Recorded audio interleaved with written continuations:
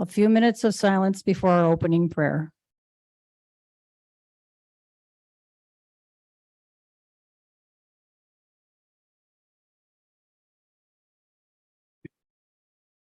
This is a prayer for all who mother. We reflect in thanksgiving this day for all those whose lives have nurtured ours, the life-giving ones who heal with their presence, who listen in sympathy, who give wise advice, but only when asked for.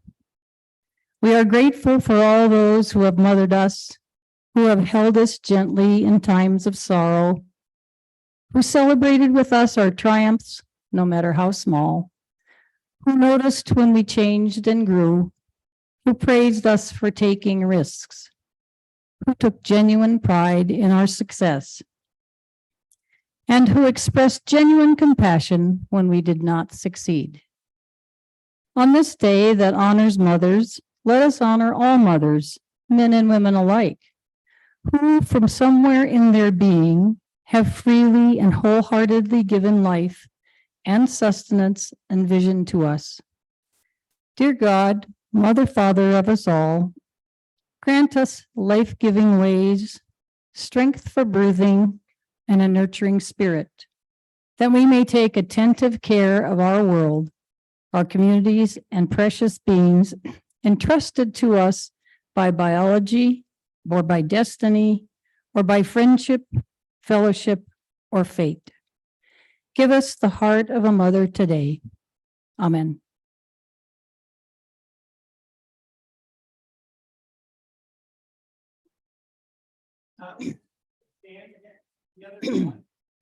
We are going to sing the song, Come Sing a Song with Me.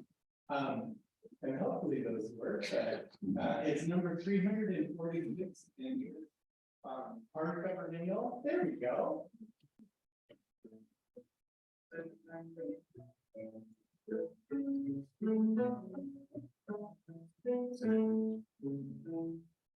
Come sing a song with me.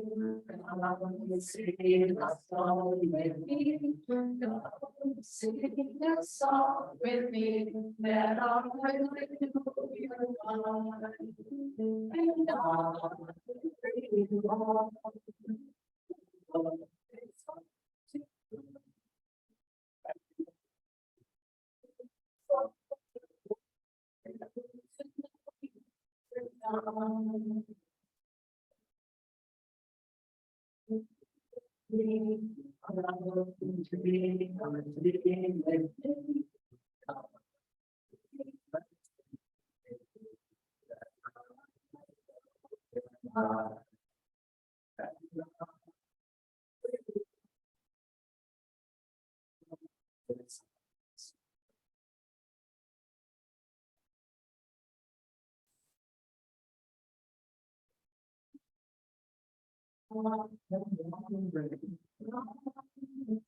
And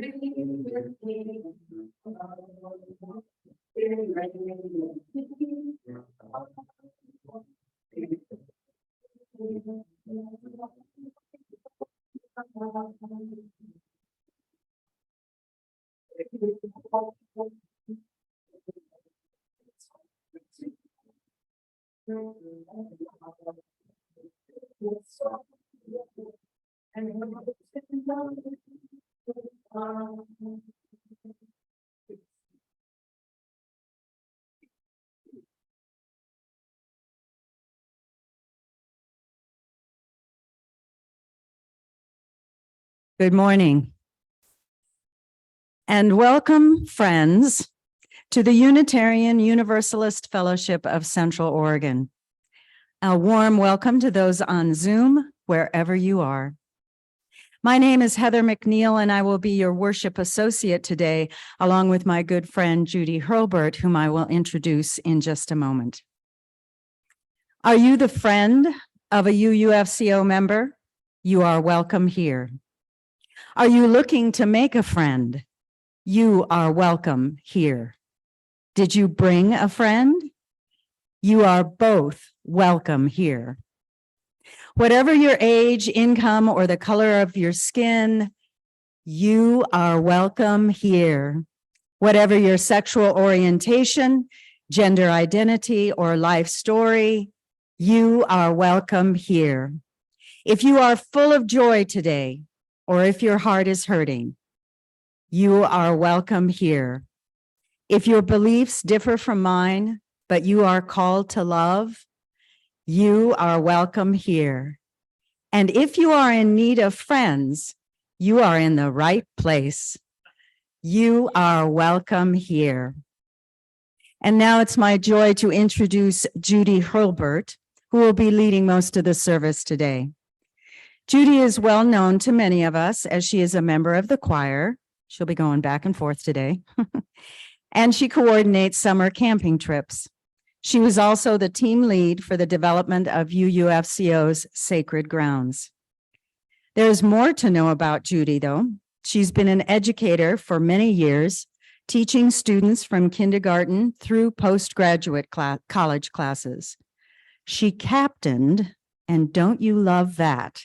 She captained her own fishing business on a commercial set net fishing site in Bristol Bay, Alaska, accessible only by airplane or barge. I think that's amazing. She traveled to China to adopt her daughter, Joy, and is now the delighted grandmother of her grandson, Marcus. Judy's service today is to honor and revisit the long-lasting effects of her friendship with Judy Paulsmeyer, a UU member. And now we will have the lighting of the chalice with James Simmons Cox and Duncan Brown.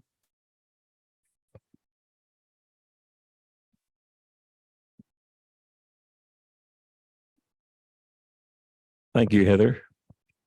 Good morning. Today's reading is by Albert Schweitzer. He was a beloved theologian, a philosopher, and humanitarian. I hope you'll keep these words in your heart. At times, our own light goes out, yet is rekindled by the spark from another person. Therefore, each of us is caused to think with deep gratitude for those who have lit the flame within us.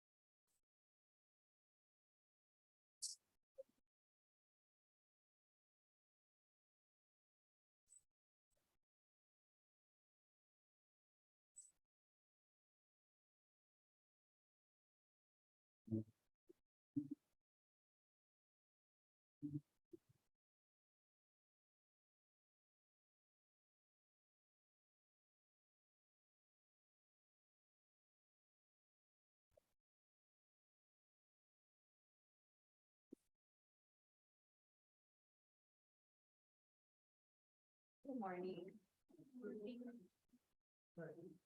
My name is Rock, and I'm the director of religious exploration for children and youth. And so if you are young or young at heart, you are invited to come further in this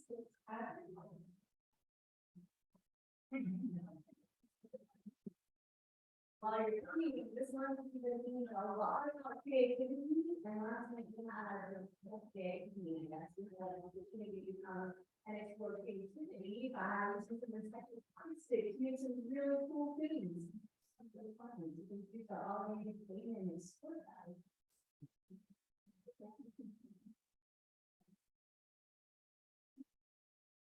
This morning, in addition to creativity, we were talking about friendship. I don't know about you, but sometimes in my friendships, I have to be a little bit creative with how to connect when we sometimes aren't getting along. Did anybody ever experience that? Ever had a friendship that you friends to get along with? Yeah. Well, I think that I remember the story that I was going to share with us this morning.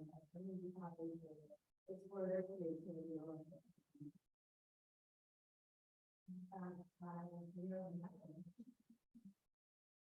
So I'm excited to read to you the story, Don't Need Friends.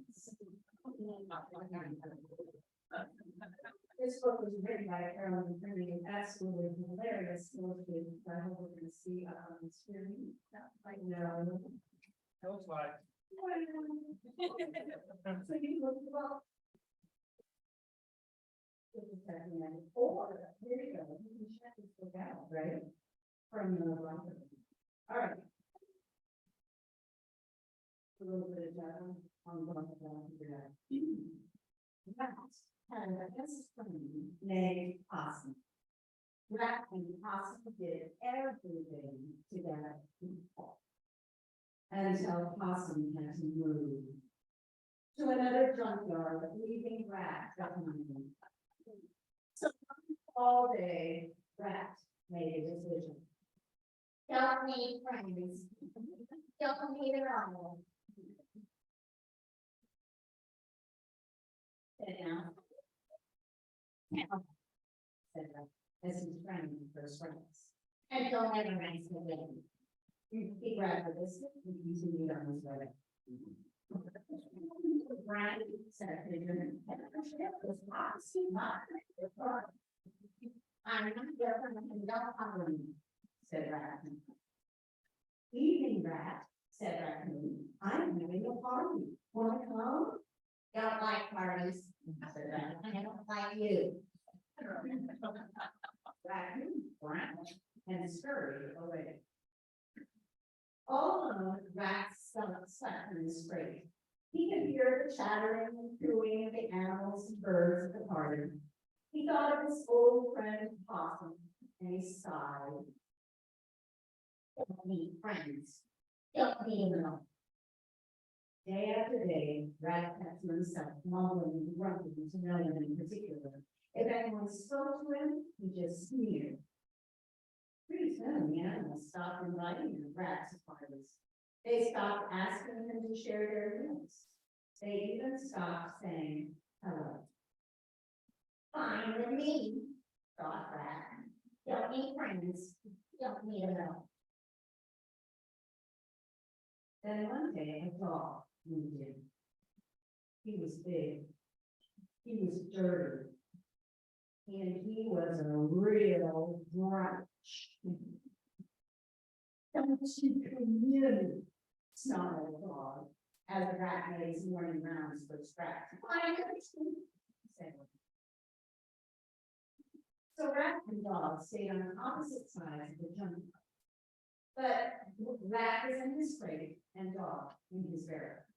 Sometimes they watched each other from across the way. Hey, Rat, barked dog. Don't you go over here.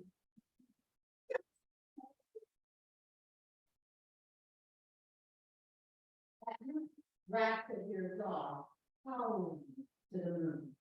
It wasn't a friendly sound. I want to hear some loud. Very good.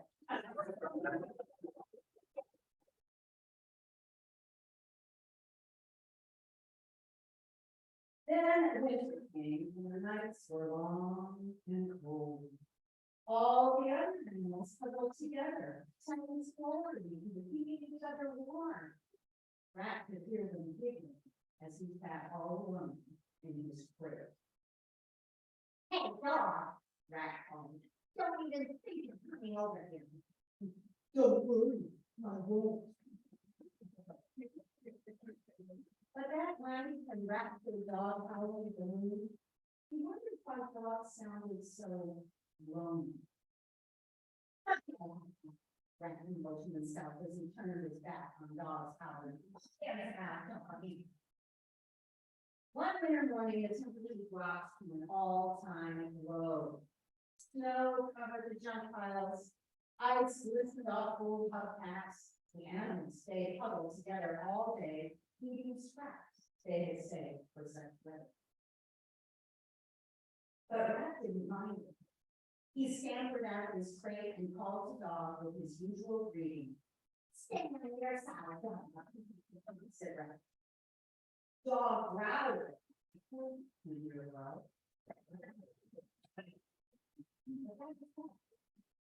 Noticed the dog was moving much more slowly than usual as he marched up and down the side of the junkyard. Said Rat, "Lazy old nut." When the moon rose that night, Rat waited for Dog's howl. But Dog was quiet. Couldn't sleep. He tossed and turned. The quiet was too much for him. "God," said Rat. Dog only coughed. The next day, Dog stayed in his barrel. "Hey, Dog, don't you move from there," called Rat. Dog only sniffed. "Hey, Dog, don't try and take this pizza from me," said Rat as he lunched on his lunch. Dog only sneezed. The sun set behind the mountain of junk and still Dog did not move from his barrel. Shouted Rat, "Stay and see how it goes."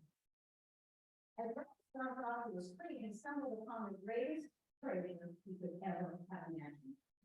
It was a foot-long salami sandwich. It was something else he had back on. He started to drag it home and then stopped. It was not a big sandwich, big enough for two. He got new hands. He got on, rumbled back as he rolled the sandwich toward the Dog's barrel. "Hey, Dog, don't move. Stay right where you are." Dog lifted his head and sniffed the air. "Don't you dare bring that sandwich in here," he said, thumping his tail on the side of the barrel. Rat pushed and pulled and dragged and rolled that foot-long salami sandwich right to the front of Dog's barrel. "Don't get it all," snarled Rat. "Save some for me." Rat ate from one side of the sandwich while Dog ate from the other. When they were finished, Dog licked his lips and sighed. His eyes looked brighter. His ears perked up. His tail wagged. "Don't suppose you want me to thank you."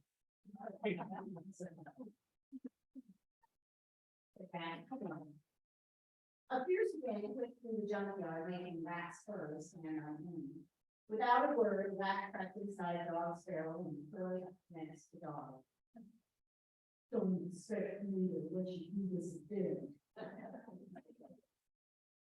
But the next night, when Rat came back, Dog didn't complain. And the night after that, and the night after that. Soon Dog and Rat were making their morning rounds together, searching for scraps. Sometimes they accidentally dropped a French fry or two near the smaller animals' homes. "Oh, French fries," Rat grumbled. "That's what," said Dog.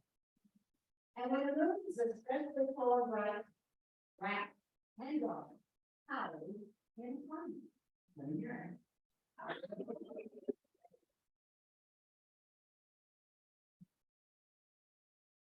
Many plans, Dog, Rat, and Rat, and somebody else, Dog, just me, one.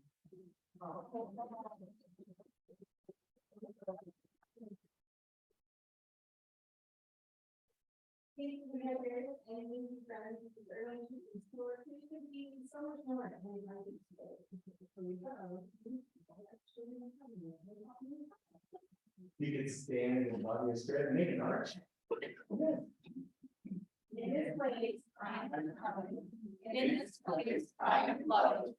In this place, I am a friend to the earth and all animals and people. In this place I am loved.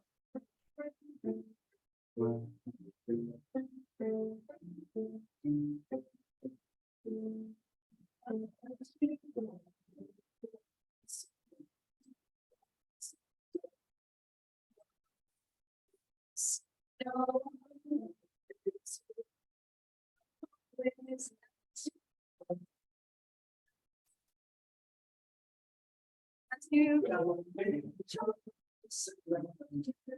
as you go, always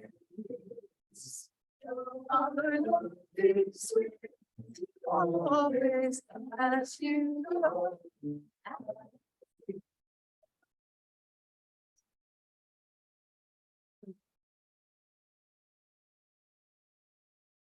Good morning. I'm Chayla Sloper, the Congregational Life Facilitator, and I want to point out that Chris and Flora are wearing matching shirts. This is important. This is worth celebrating. I don't know, it just caught my eye. So I'm the Congregational Life Facilitator, and I like to facilitate congregational life. And one of the ways that I do that is by welcoming everyone who is here today, either here in physical space or those who are with us through the space-time continuum and technology who are joining us on Zoom. Hi, everybody. If this is your first time either here or there, please let us know that you are visiting with us. And if you'd like to sign up for our communications, we send out a weekly email called the All Congregation Email, or the ACE. It's a winning card. And you can sign up either at the visitors table here in the building. There's a chat form for those on Zoom. And that's really the best way to stay in touch with what's going on in the life of the congregation. One of the things that's happening in the life of the sanctuary today is that we're having projector problems, as has been determined. Now, interestingly, the words are being shown on the back screen, but it's sort of counterproductive to be singing that way. But that is an option. I'm actually also going to ask the choir to pass their teal hymnals one way or the other, because we will have the benefit of the words. So which way do you want to pick them up? That side, or yeah, take them, if you can send them to Randy, and then we'll try to distribute them. And so it's looking like we may have the projector problem solved during the summer. So we're going to do our best between now and then. So, yes, happy to report that this Friday, our Women's Connections group gathered to dance their soul. And yesterday, as Amy was saying, there was the Art for All event. And I think the participants spanned 7 or 8 generations. So that was pretty cool.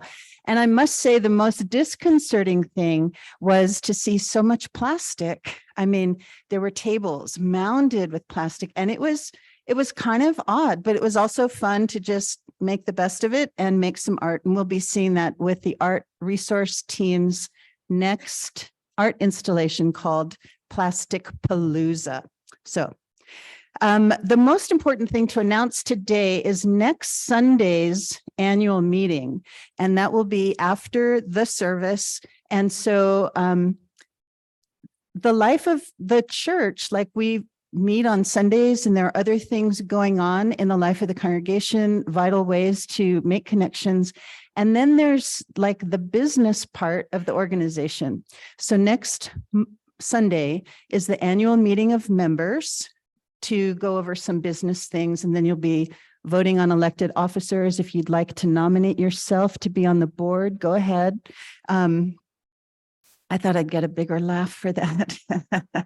But anyway, yes. So elections will happen by email after the meeting, and the meeting will be both here in person and on Zoom. Okay, so there's other things happening this week. Circle Suppers this Friday. There's a sign up at the kiosk. Also this Friday, the return of Acoustic Eidolon. These are 2 musicians who are fabulous, fabulous musicians, Scott and Hannah. Hannah plays cello and Scott plays both the guitar and a gitmo, which is like a guitar mandolin. He's made these instruments. I mean, they're fabulous. Years ago, they actually played Bohemian Rhapsody, but we could not sing along. But yeah, they're really fabulous. That's Friday night at 7:00, and we're requesting a $20 to $25 donation. Next Sunday, this is Unitarian Universalists are known for responding to life as it comes. There are things in how we define ourselves that change with the times. Next Sunday is forecast to be really a magnificent spring day. And there also weren't signups for the third Sunday supper, so it's being canceled. So that's rolling with the times. No third Sunday supper next Sunday. So it looks like we'll have those again in the fall. Okay, last thing is that this Tuesday, the 16th, from 9 a.m. to 3 p.m., there's an opportunity to help our homeless outreach group build small pallet homes on the east side. And these are intended to be housing for elderly women and those fleeing domestic violence or abuse. And you don't need to be skilled in construction, but there might be some things that need a little lifting. So if you're interested in participating, you can talk to Ginny McKee in the gathering hall after the service, or send an email to homelessoutreach@uufco.org. So that'll be Tuesday. Homeless Outreach also has 2 volunteer opportunities to help serve meals at Family Kitchen. So look for those in the ACE. Okay, so that's a lot going on. Don't forget acoustic Eidolon on Friday, annual meeting on Sunday, and blessings on your day.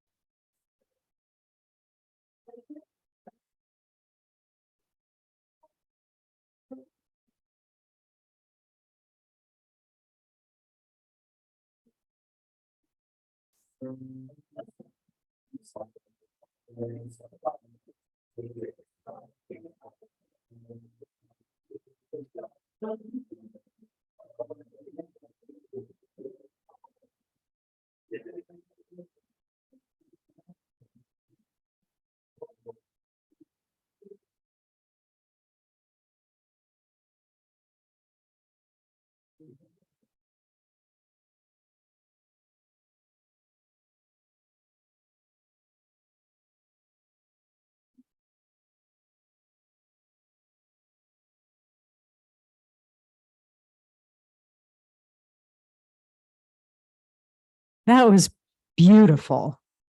And I had the best seat in the house because I could see Randy's face. That was great. Well, every week at this time, we have the opportunity to make an offering. And your donations are going to help support the services and the programs that we do here for the fellowship, as well as in the community. So we thank you for your generosity. There will be baskets coming around for the offering.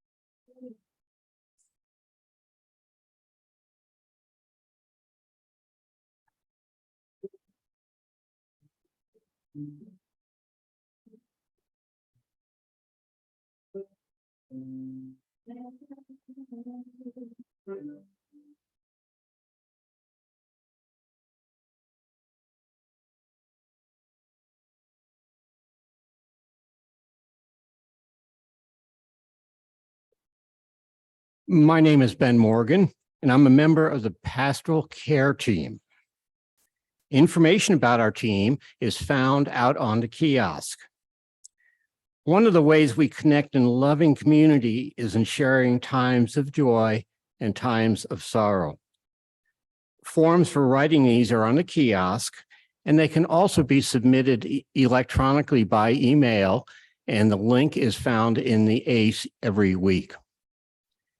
As we enter into this time of sharing and these joys and sorrows, please feel free to light a candle in the rear of the sanctuary on each side for those who wish to keep them in their own hearts. Our first joy is wishing all the mothers and anyone who ever had a mother, which I think includes all of us, a very happy and or comfortable Mother's Day. Diane, darling. This is from an admirer. Congratulations to the art resource team for a very successful Art for All yesterday.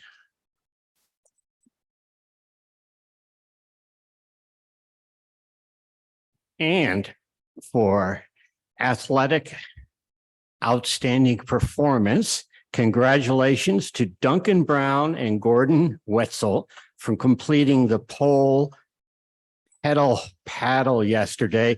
And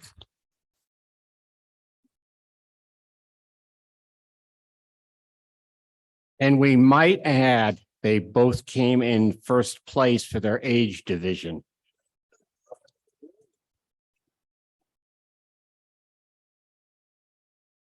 Allow these words to linger in your hearts and spirits. And to all of you, have a good day.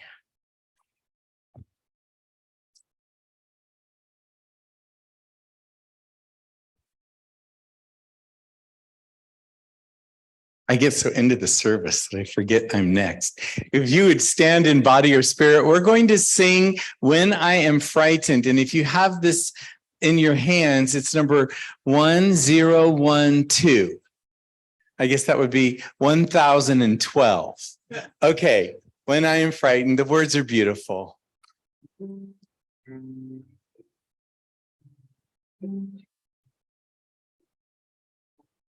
When I am frightened, will you reassure me? When I am certain, will you hold my hand? Will you be strong for me? Sing to me quietly. Will you share some of your stories with me? If you will show me compassion, then I may learn to care as you do. Then I may learn to care. When I am angry, will you still embrace me? When I am thoughtless, will you understand? Will you believe in me? Stand by me willingly. Will you share some of your questions with me? If you will show me acceptance, then I may learn to give as you do. Then I may learn to give. When I am troubled, will you listen to me? When I am lonely, will you be my friend? Will you be there for me? Comfort me tenderly. Will you share some of your feelings with me? If you will show me commitment, then I may learn to love as you do.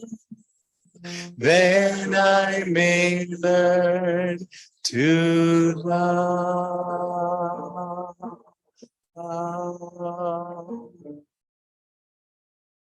It's beautiful.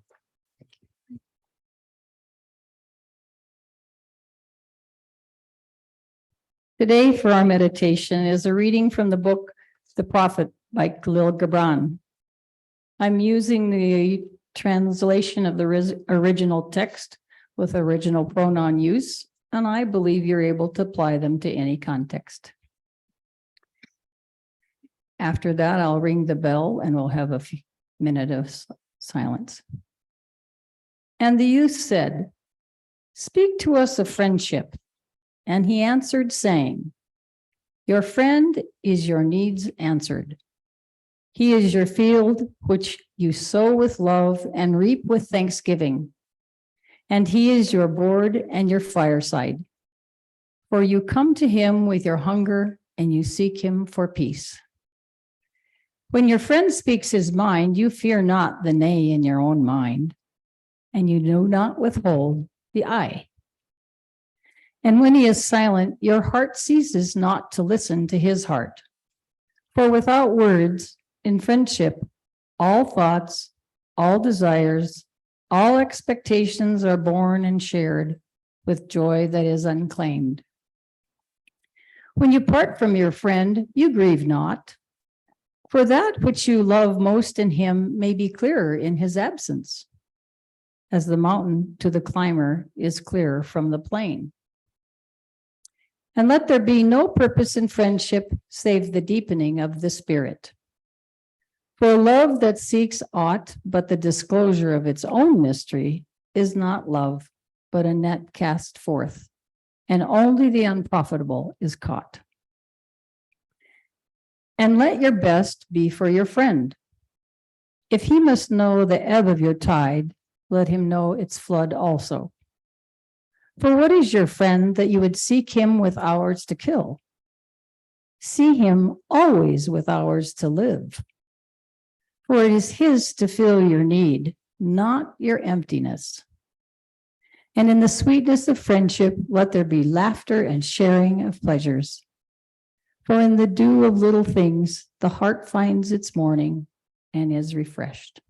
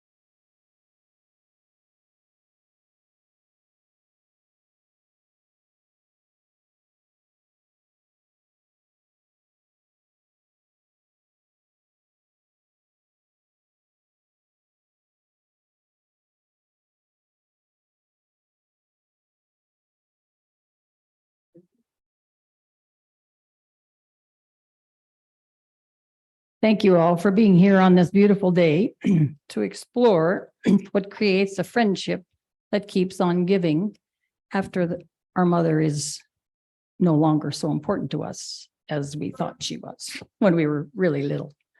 I did not use any AI for help on this talk.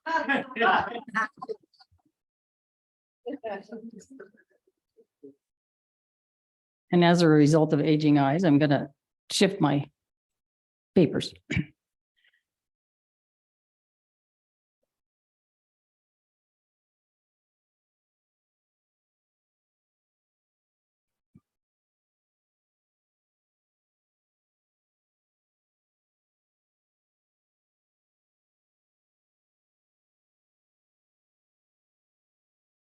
On a late afternoon last winter that turned quickly to darkness, this bell on my back deck kept ringing insistently. I assumed its insistence was a warning of high winds. As I opened my shade to investigate, a shaft of light glimmered on the tag on the bell that reads, "For my dear friend Judy Paulsmeyer, whose friendship keeps on giving." It seems the insistent ringing wasn't to pay attention to the wind, but it was about remembering Judy, a friend I'd met here at UU. It had been nearly 6 years since her sudden death in a motorhome accident with her husband, David. How could it have been nearly 6 years? As I closed the shade, I took a deep breath. In that instant, I hadn't understood how much I'd missed Judy until her bell rang. So much has changed in the 6 years. Predictable and ordinary losses like births, deaths, going into new stages of life, moves, losses of jobs, losses of relationship, debilitating disease, new friendships, new and aging that brought new parameters and expectations of ourselves and others, and political changes that shook some of our foundational beliefs. Judy and I had talked about many of these topics at one point or another on our walks. And then, of course, there was this unexpected, prolonged event called COVID. It put many of the aspects on our lives on hold and forced us into new ways of behaving with and around one another. We'd heard of and experienced heartbreaking loss, and we'd heard of and experienced amazing stories of creativity and resilience and hope as well. From what I experienced, and I've heard from many of you, some of our friendships changed. Some waned and drifted out of our lives. Some were strengthened. Some fractured over changing beliefs that couldn't stretch within the changes. We were forced into new friendships we'd never have made or deepened if it hadn't been for the pandemic. As much as some of us disliked it, Zoom helped us, some of us maintain friendships and make friendships. And many of us sorely miss the physical company of friends. And there I stood alone on that windy evening, letting the pain of missing Judy subside. How had I made it through the mess of the pandemic without the care and steady friendship of Judy P and Judy H, or as her husband called us, Judy squared? The thought of that, perhaps revisiting my friendship with Judy would give me some insight into how to move forward with my friendship in this post-COVID era, whatever that is. How to move forward now I am the same age she was when she died. How to move forward with some sense of stability and what Jack Cornfield calls a wise heart. Through reflection, reading, and conversations with myself and many others over the past several months, I've come to understand that my friendship with Judy was an extraordinary miracle. Somewhere I read or heard that we form friendships for reasons, seasons, and lifetimes. I love what the philosopher George Santayana's concept of friendship is. He said, "Friendship is almost always the union of a part of one mind with a part of another. People are friends in spots." I'll add, close friends are the union of one part of one heart with a part of another's heart, also in spots. Judith Yoris describes 6 kinds of friendships in her books, Necessary Losses. These are convenience friends, special interest friends, historical friends, crossroads friends, cross-generational friends, and close friends.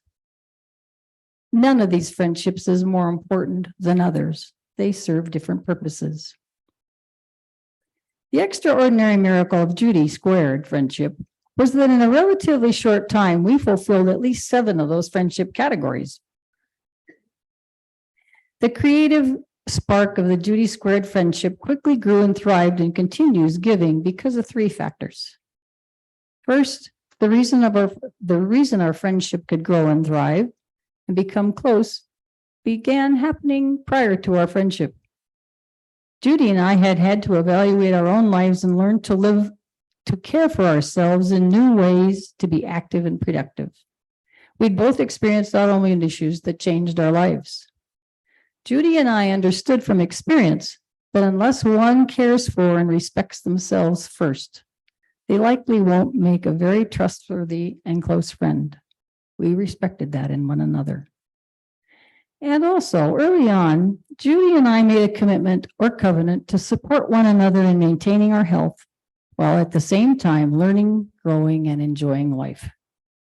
We practiced what author Anne Lamott says, radical self-care is what we've been longing for, desperate for our entire lives. Friendship with our own hearts. Your experiences will be yours alone, but truth and best friendship will rarely ever disappoint you. The second factor that allowed our friendship to grow quickly and thrive was we had shared interests as well as individual interests, though at first it seemed there were more differences. We shared interests in outdoors, walking, hiking, camping, paddling. Both of us also had individual interests in other friends and relationships that met needs in other spots of our lives. Judy and I used to laugh about our differences. She was the consummate knitter, and those of you who knew her knew that. My fingers will simply not do that, no matter how talented the teacher or how motivated I am. Judy'd been married for 50 years, I once years ago, and then single. Judy called herself unchurched. I'd grown up in a Methodist church and later developed a belief in miracles and what I called the fish gods. I frequently babbled on about light around us as we walked. Judy noticed colors. The differences became the and between us. They became the fodder for conversations while walking. We accepted and delighted in our differences because they helped us gain new perspectives and grow. And somehow, despite our many differences, we began listening, trusting to say what was on our minds, comforting and caring. It was like Gibran says in his poem about friendship, for it is his to fill your needs, not your emptiness. Neither of us were empty, but we had several needs the other helped meet for those 5 seasons. The last factor impacting the friendship was the courage to maintain what, at her death, I spontaneously labeled a clean friendship. First, the courage to reach out and back, and out and back, and out again and back, taking turns and time for one another like the ebb and the flow of the tide, reciprocating, maintaining connection with one another, willing to resolve and forgive and move forward together. Clean friendships take courage to see the inherent worth and dignity and appreciate the other for who they are, not necessarily what we need them to be. A critical lesson we both learned was that the other really knew the solution to the upset she was expressing and working through on our walks. Our greatest gift was to listen, ask questions, and support the unfolding of that solution. Oh, that wasn't as easy as it sounds. Toward the end of a particularly hard time of betrayal and loss for me, Judy was feeling so frustrated with me and losing patience. You've got to get over this hurt and let it go. Judy, you've got to let it go. I stopped walking and took a deep breath and looked her straight in the eye and said, I know I need to let it go. And if I know how, don't you think I'd do it? Judy froze mid-step, teared up and reached out and hugged me and said, I'm so sorry. I don't know how you're feeling, and I've been telling you to get over it. That hasn't been fair. I don't know how else to help you, so I'll just try and listen and be here for you. I healed much more quickly after that. Judy was an example of what author Barbara Kingsolver described. The friend who holds your hand and says the wrong thing is made of dearer stuff than the one who stays away. I had my turns listening until I could no longer keep quiet because she wasn't finding any solution. For at least the 100th time, a very depressed and angry Judy complained again about the election results and all that she had to do to counteract and fix things. She was sounding frightened and acting crazy. I screwed up the courage and said, Judy, you're allowing things the new president says to take away your sanity. If you do that, he's really won. I don't want you crazy. I love you the way you are, and I'm worried for you. You are not alone. Others are also working on similar issues and are also afraid. When she left me that day, she was still feeling grumpy. But later that night, I got an email saying thank you, and she appreciated that I cared enough to risk making her grumpier. And she did begin focusing on fewer issues. Clean friendships require courage to ask for what you need, to give and to receive. We started with asking and planning to walk regularly. We became more comfortable asking more of one another while still respecting boundaries of the other. Friends have the courage to receive with no expectation or conditions. One very snowy evening before a memorial service at UU, Judy called and said, I'll bet you're having trouble getting out in the snow. Leave your Prius in the garage. David and I'll pick you up. Be ready at 5:45. Click. Friends sometimes just show up and don't have to be asked for help. Wilbur the pig in the story Charlotte's Web says, why did you do all this for me? He asked. I don't deserve it. I've never done anything for you. You've been my friend, replied Charlotte. That in itself is a tremendous thing. Our friendship required courage and faced new risks when I asked her to work on the dedication team with me for this new building. She risked compromising already established relationships she had. I risked being responsible if things didn't work out well. It took us both courage to say how we felt and disagree with one another in the presence of others on the team and still remain friends. Ralph Waldo Emerson wrote, the glory of friendship is not in the outstretched hand, not in the kindly smile, nor the joy of companionship. It is the spiritual inspiration that comes to one when you discover that someone else believes in you and is willing to trust you with a friendship. Many times there's a natural ending to a friendship. Judy and I could have ended our friendship after walking together for several months or after a season of dedication activities. Yet, we had the courage to stick out our commitment of walking regularly. We had done what Socrates advised. Be slow to fall into friendship, but when you're in, continue firm and constant. Ray Bradbury says, we cannot tell the precise moment when a friendship is formed.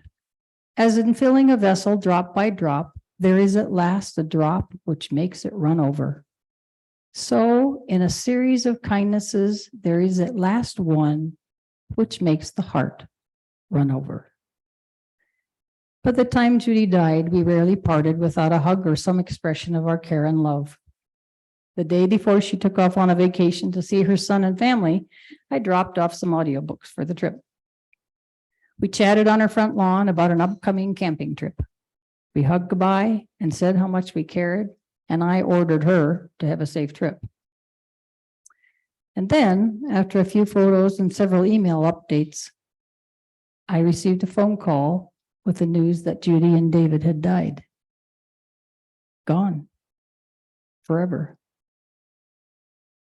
Within a short time after hearing the news, I knew I had no regrets about Judy and had left nothing unsaid.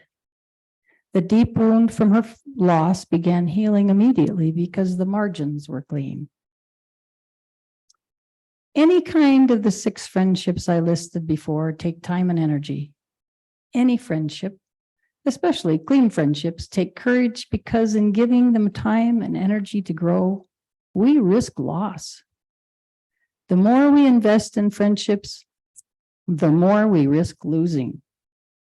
Aren't fear and loss and of being alone 2 of the biggest fears we face?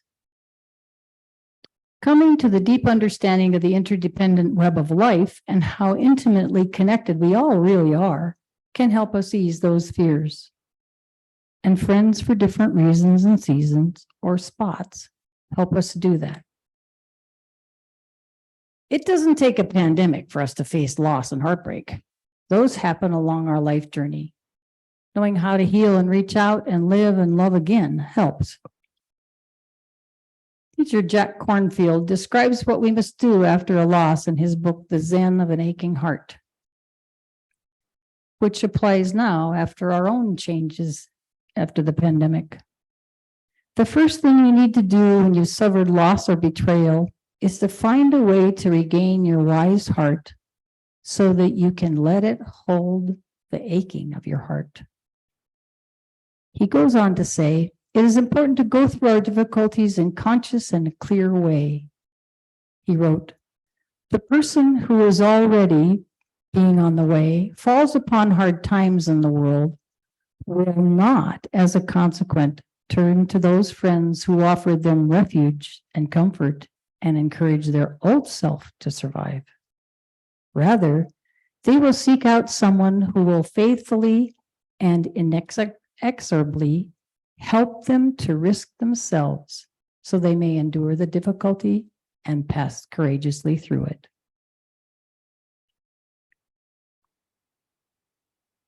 Only to the extent that a person exposes themselves over and over again, Kornfield goes on, to the annihilation and loss can that which is indestructible be found within him. In this daring lie the dignity and spirit of true awakening. Sometimes suffering the losses and unexpected betrayals and breakups that befall each of us becomes the places where we grow deepest in our capacity to lead an authentic and free life. Here's where the heart grows in dignity and care by grieving honorably and tenderly and working our way through our difficulties. Our ability to love and feel compassion for ourselves and others deepens, along with the trust that will help us through similar problems in the future. Judy and I had done that for one another, helped each other risk and grow, and then I needed to go on without her. Her love for me remains in my heart, and I can draw on it now in the aftermath of COVID. In the years since her death, I have not replaced her, and I don't expect to. A friend of the factor of 7 is rare. This fellowship is a safe place for each of us to grow deeper into our authentic selves. The Judy Squared friendship began here. She's one of the main reasons I'm still here. Not all friendships that begin here at UU will turn out to be 7-fold friendships like ours, but a sense of belonging somewhere helps create stepping stones for our life journey.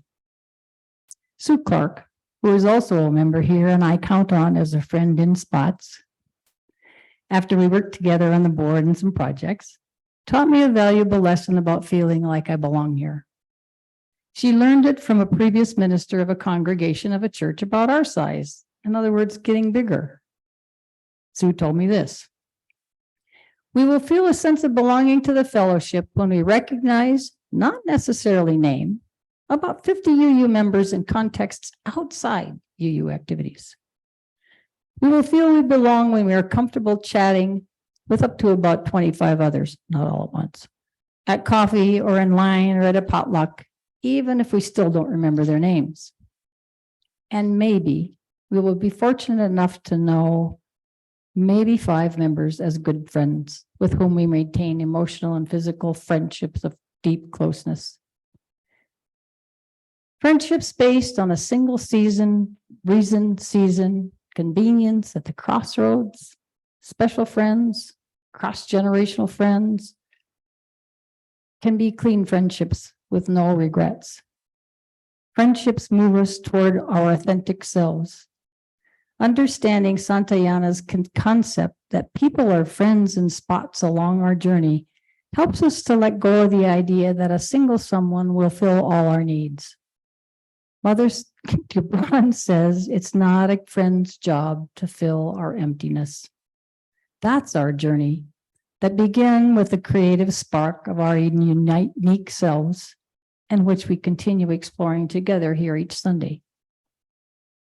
So in closing, I ask you, how diligently are you practicing radical self-care and being your own best friend first, while at the same time understanding, like the dog in the story, or the rat in the story, that part of self-care is being in relationship with others? How open are you to risk new friendships, like the rat and the hound, to help you move forward on your life's journey? What is the condition of your friendships in the messy aftermath of the pandemic and other life changes? Clean? Are the expectations of yourselves and friends realistic now? Whom do you need to let go with love, respect, and a wise heart? And to whom do you need to reach out again and again? Thank you. Let's continue the conversation.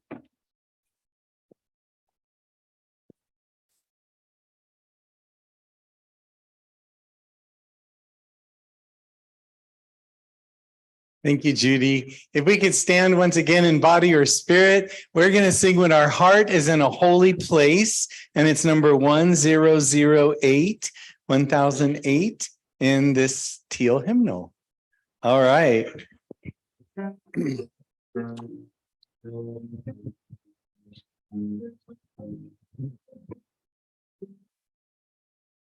When our heart is in a holy place, when our heart is in a holy place, we are blessed with love and amazing grace. When our heart is in a holy place, when we trust the wisdom in each of us, every color, every creed and kind, and we see our faces in each other's eyes, then our heart is in a holy place. When our heart is in a holy place, when our heart is in a holy place, we are blessed with love and amazing grace. When our heart is in a holy place, when we tell a story from deep within, and we listen with a loving mind, and we hear our voices in each other's words, then our heart is in a holy place.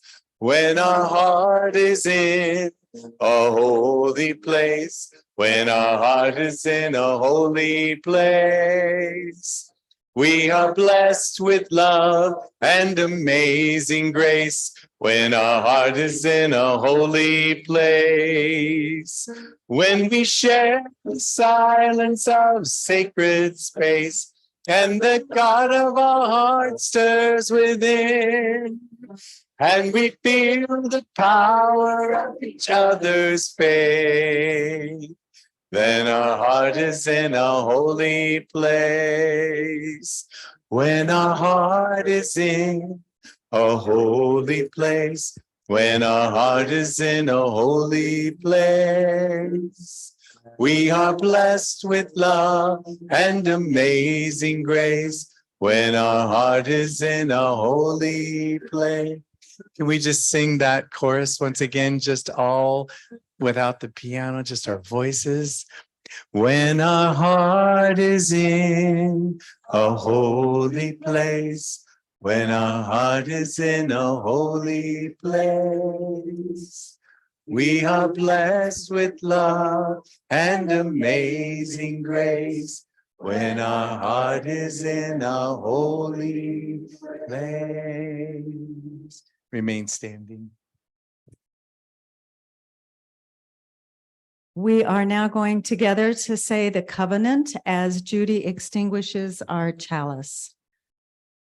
Love is the spirit of this fellowship, and service is its law. This is our covenant, to dwell together in peace, to seek the truth in love, and to help one another. Friends, rejoice and be grateful for one another because, as Ram Dass says, we are all just walking each other home.